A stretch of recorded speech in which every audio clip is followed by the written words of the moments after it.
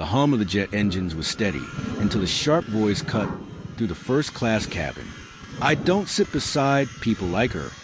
Richard Langford's words dripped with disdain, loud enough for every passenger to hear. The flight attendant froze mid-step, glancing between the towering billionaire and the calm black woman in the window seat. Murmurs rippled down the aisle. Some passengers shifted uncomfortably, others stared. Naomi Carter didn't flinch. She simply closed the book in her lap and folded her hands, eyes steady on the man refusing the seat beside her. "I'll wait until you find me another," Richard snapped, adjusting his gold cufflinks. The attendant swallowed hard. "Sir, the flight is full." Before he could reply, the plane lurched violently. Overhead bins rattled, a coffee cup tipped over. A shiver of turbulence passed through the cabin, but it left something heavier hanging in the air, an unspoken question no one could yet answer. What happened next? Richard Langford wasn't just wealthy. He was Langford Global, a name stamped on half the skyscrapers in New York and whispered in high-stakes boardrooms. Magazines called him a self-made billionaire. Though anyone who knew his father's real estate empire understood the word self-made was a public relations trick. What was undeniably his was the attitude, the kind of arrogance polished over years of being told he was the smartest man in any room. Interviews painted him as charming and visionary. But away from the cameras, Richard's charm had teeth. He'd once refused to shake hands with a hotel manager because the man's accent wasn't professional. At Charity Gala, he publicly corrected a waitress for mispronouncing hors d'oeuvres, his voice dripping with the same condescension he now used on a woman in seat 2A. Naomi Carter had heard worse. At 36, she carried herself with a calm that wasn't weakness. It was armor. Her life had demanded it. The simple navy dress she wore wasn't designer, but it was pressed to perfection. Her hair was neatly pulled back, and a leather satchel rested by her feet. She was traveling alone, ticket purchased with hard-earned money, heading to London to see her mother through a delicate surgery. If Richard had looked closer, he might have noticed a subtle crease between her brows, the way her eyes softened when she glanced at the photo in her lap, her mother in a hospital bed, smiling bravely. But Richard never looked closer. People like Naomi didn't register to him, beyond their utility. A flashback might have shown her last trip through the airport, when a businessman had tried to cut in front of her in line. She'd stepped aside without a word, letting him pass, then returned to her place when the agent waved her forward. That was Naomi, polite, unshaken, but never invisible. The flight attendant was still murmuring apologies, explaining to Richard that there was no other open seat in first class. "It's a full flight, sir," she said, voice tight with practiced patience. "We're on a 12-hour haul to Heathrow. So perhaps, Richard cut in, "you should do your job and find me something better than this." His hand flicked toward Naomi, as though she were a stain on the white leather seat. She met his eyes briefly, not with anger, but with something far more unsettling to a man like him. Indifference. Then she turned back to her book, her posture unchanging despite the stares from the other passengers. Outside the oval windows, the last rays of sunlight were bleeding into the Atlantic night. The captain's voice crackled overhead, cheerfully announcing smooth conditions for the long journey. But the tension in row 2 told a different story. It wasn't just a long flight ahead. It was a confined stage for two people whose worlds had collided before.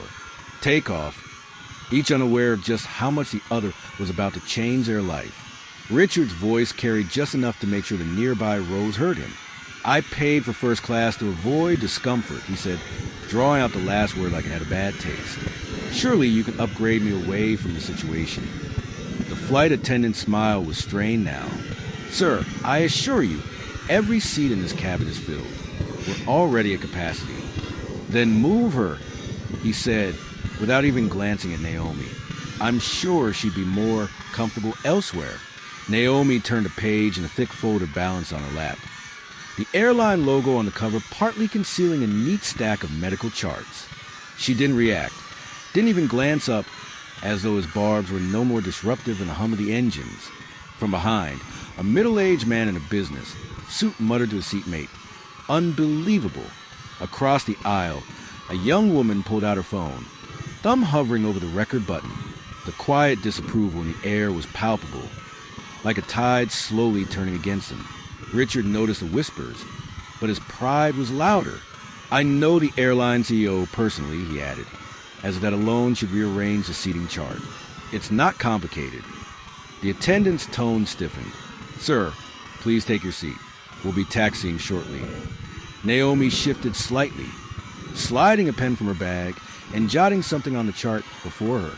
A diagram of the human heart peeked from under her hand, but Richard didn't notice. He was too busy making a show of reluctantly lowering himself into the seat beside her, his body angled toward the aisle as though sharing the armrest might poison him. "Don't think this means I'm comfortable," he muttered. Naomi's eyes stayed on the page. "I wouldn't dream of it," she said softly, her tone so even it made the passengers across the aisle exchange faint smiles. Outside, the last lights of the runway began to blur. Inside, the stage was set. Two strangers, 12 hours in the same space, and a storm neither of them could see coming. For hours into flight, the cabin lights had dimmed to a warm glow. Most passengers were dozing or watching movies, but Richard Langford was restless. A subtle shudder passed through the fuselage, light turbulence, and his hand tightened around the armrest. Naomi glanced sideways, just long enough to notice the thin sheen of sweat forming along his hairline.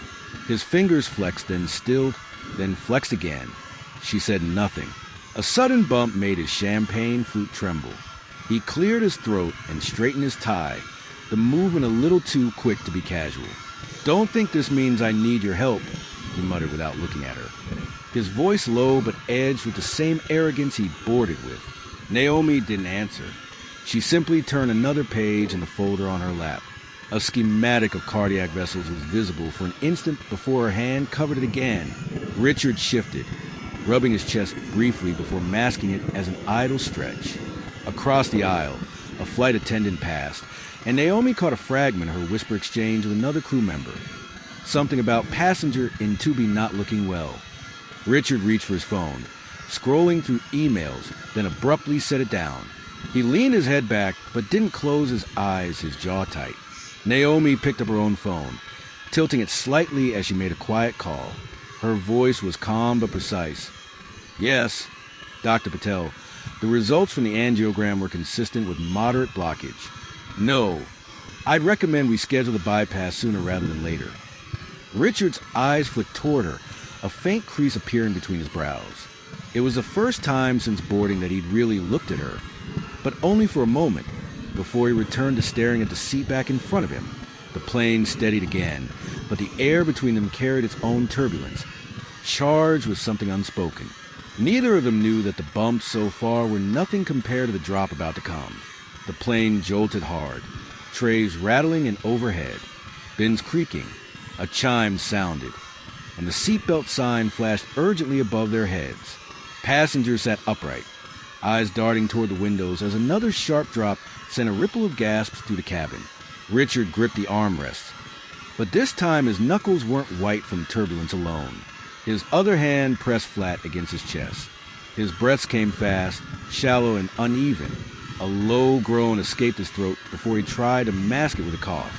"Sir, are you all right?" The nearest flight attendant crouched beside him, her voice raised over the captain's announcement about unexpected air pockets. Richard shook his head, his jaw clenched, but the movement was tight with pain. It's nothing." His sentence broke off into a sharp gasp. Two more attendants hurried over, the sudden flurry of movement drawing passengers' attention. The woman across the aisle covered her mouth. Someone pressed the call button. "Does anyone have medical training?" the attendant asked quickly, scanning the cabin. The murmurs swelled, panic just under the surface. A man in business class tried to stand, but was stopped by the turbulence. Richard's breathing grew ragged, his face paling. Naomi slid her folder under her seat, unbuckled, and stood in one smooth motion despite the rocking of the plane. Her voice was steady, clear, and carried authority that silenced the whispers. "I'm Dr. Naomi Carter," she said, already moving into position beside Richard. "Cardiac surgeon. Step back and bring me the emergency medical kit now." The lead attendant blinked, startled, then snapped into action. Passengers shifted in their seats, the earlier judgment replaced by wide-eyed attention. Richard looked up at her through a haze of pain and confusion.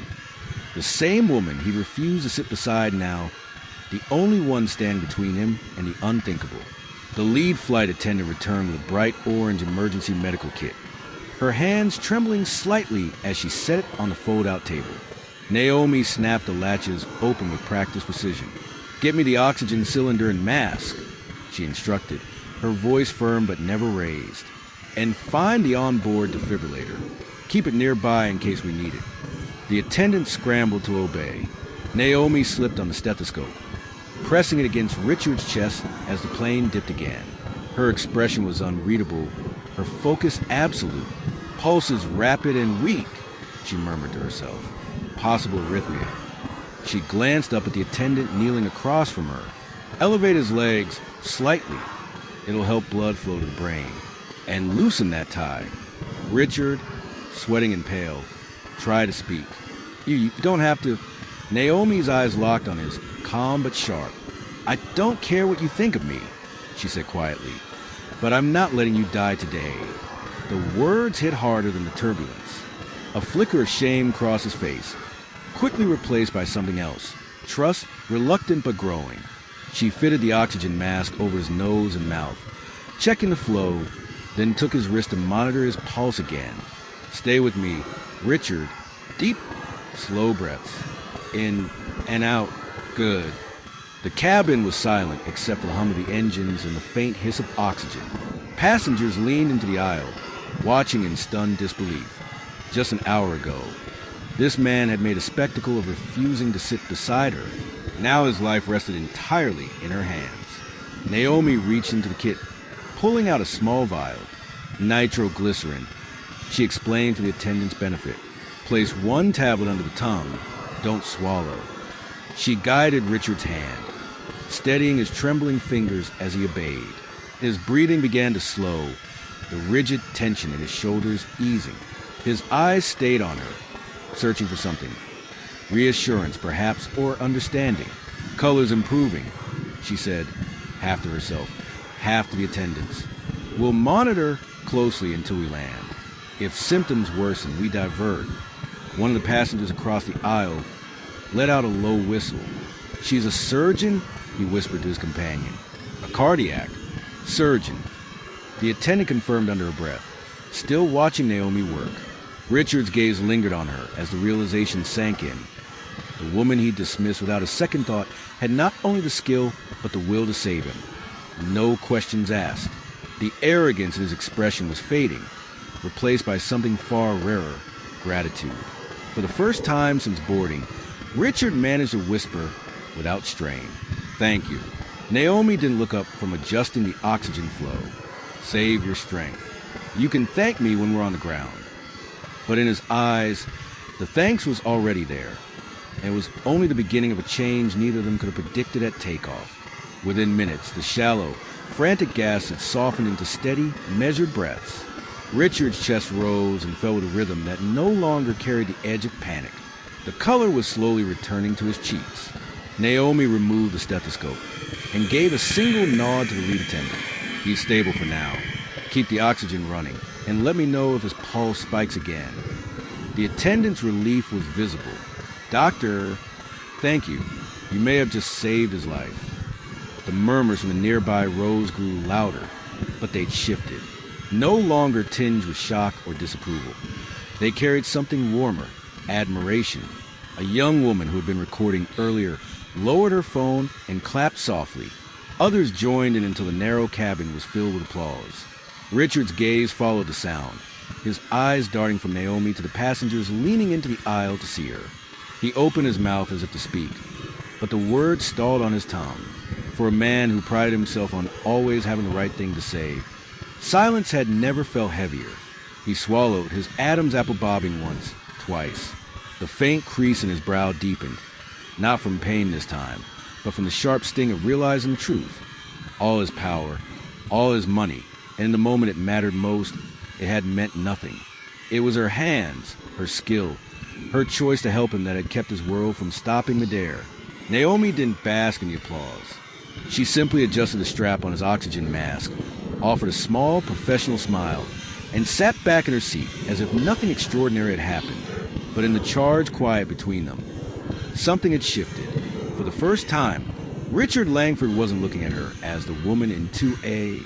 He was looking at her as the person who'd seen him at his weakest and refused to let him fall. The applause faded, replaced by the soft hum of the engines and the muted rustle of passengers settling back into their seats. Naomi eased the oxygen mask off Richard's face, ensuring he could manage without it before gesturing for flight attendants to keep a close eye on him. Without fanfare, she returned to her seat, sliding the medical folder back onto her lap and opening it to where she'd left off. Her pen tapped lightly against the page, her focus once again on neat notes and careful diagrams. As though the past 20 minutes hadn't happened at all, one of the attendants approached, crouching beside her with a grateful smile. "Ma'am, I have to thank you. You handled that better than anyone I've ever seen. What's your name?" Naomi looked up, her expression as calm as when she boarded. "Dr. Naomi Carter," she said. Simply, the attendant's brows lifted. "The Dr. Carter? From a Midtown Children's Cardiac Center?" Naomi's lips curved faintly. "Yes, I run the surgical unit there, and a small free clinic for pediatric heart patients. We treat children who can't afford the care they need." From the seat beside her, Richard stiffened. His eyes flicked toward her, the weight of the revelation pressing down. He'd read about her in business journals, seen the charity gala photos. She'd once been on the front page of a magazine for pioneering a complex procedure that saved a newborn's life, and he'd looked right past her. The attendant shook her head in quiet awe. "We're lucky you were on this flight, Doctor. Truly." She rose to tend to other passengers, leaving Richard and Naomi in a silence that felt different now. Heavier, more honest. Richard shifted, his voice low and uncharacteristically tentative. "Dr. Carter," she didn't look up from her folder. "Yes, Mr. Langford?" "I owe you an apology," he said, each word deliberate. "Not just for what I said before, but for what I thought. I was wrong, and I'm sorry." Naomi closed the folder and met his gaze. For a moment, she said nothing, letting the sincerity and discomfort hang in the air. "Apologies are a start," she replied evenly. His throat tightened. "Let me do more than start. Tell me about your clinic, what it needs. I can help. I want to help." Her brows lifted slightly, as if weighing whether to believe him. "We're expanding our outreach program. It's expensive." "Then it's done," he said without hesitation. "Consider it my way of making things right." Naomi's expression softened, but only slightly. "Making things right isn't about money, Mr. Langford. But if you truly mean that, the children will thank you." For once, Richard didn't have a clever reply. He only nodded, the arrogance gone, replaced by a quiet resolve that surprised even him. Somewhere high above the Atlantic, a billionaire and a surgeon sat side by side, no longer strangers, no longer divided by the walls they carried onto the plane. 6 months later, a headline scrolled across the morning news ticker. "Langford Global donates $15 million to expand Midtown Children's Cardiac Center." The broadcast cut to footage of Richard Langford standing beside Dr. Naomi Carter at a ribbon-cutting ceremony. Cameras flashed, but his posture wasn't the stiff, untouchable stance of a billionaire guarding his image. He looked comfortable, almost humbled. A reporter's voiceover played over the clip. "The expanded facility will double its capacity to treat children with critical heart conditions, many of whom receive care free of charge." Cut to Richard in a one-on-one interview. His voice was calm, his eyes steady. "That flight taught me the most valuable lesson of my life. Respect costs nothing but means everything. I was given a second chance, and now I want to make sure others get theirs too." The final scene shifted to the new clinic wing. Naomi moved easily among the patients, kneeling beside a young boy playing with a toy stethoscope, adjusting a little girl's blanket. In the background, hanging on the wall near the nurse's station, was a framed photo. Naomi and Richard side by side in the cabin of that plane, smiling faintly for a phone camera. The narrator's voice, warm and measured, closed the story. "Sometimes the person you look down on is the very one who will lift you up higher than you ever thought possible." A soft fade out, then the final competitor-style call to action. If you believe respect should always come before judgment, share this story. And if you want more powerful true life moments just like this, make sure you subscribe.